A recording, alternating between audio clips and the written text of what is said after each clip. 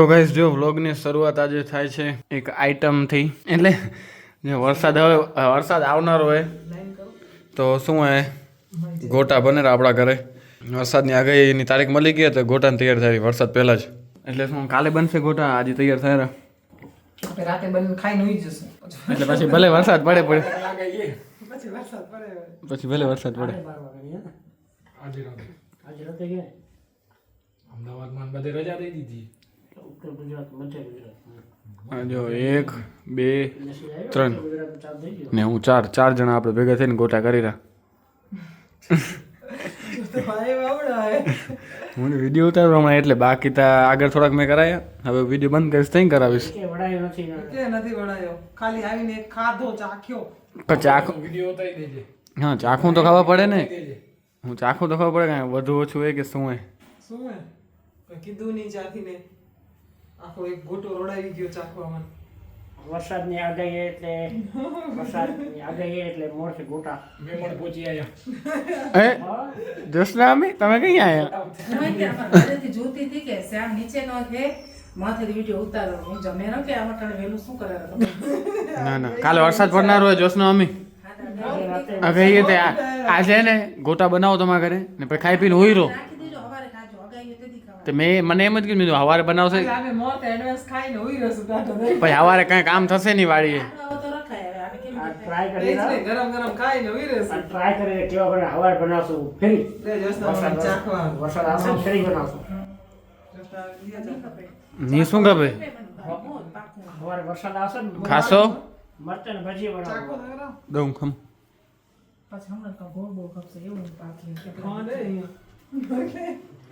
તમારે વહુ નથી નાખો હમણાં પહોંચી આવ્યો જોવા તમારે જેમ જ મસ્તી કરો કંઈક આવ્યા હોત.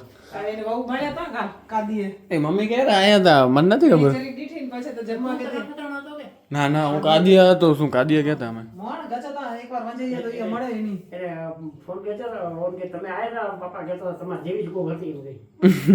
એ વિડીયો જોયેલો જોઈ લેશે. તો ગાઈસ હવે જઈ રહ્યા હરિયમ કરવા નીચે.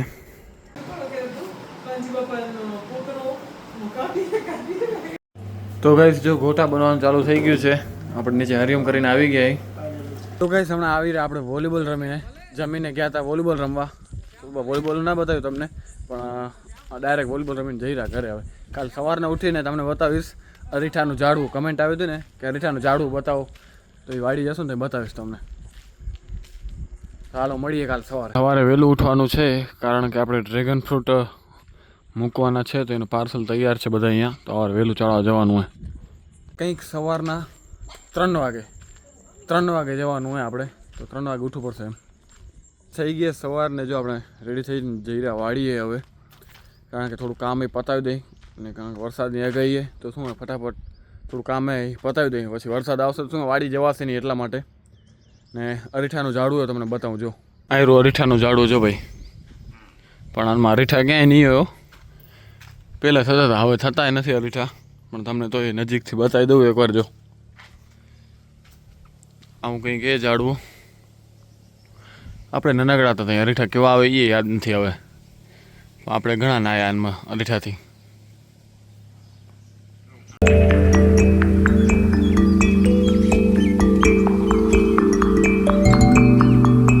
ધ્યાનમાં આપણે કાકડી કાઢીને તરબૂચ આપણે વાવ્યા હતા તો જોઈએ એ દેખાય રહ્યા. 2 પાંદડા થઈ ગયા. એટલે જો આ દેખાય રહ્યું અહીંયા છે અહીંયા બધે દેખાવા માંડી ગયા. જો હવે થશે બધામાં તરબૂચ.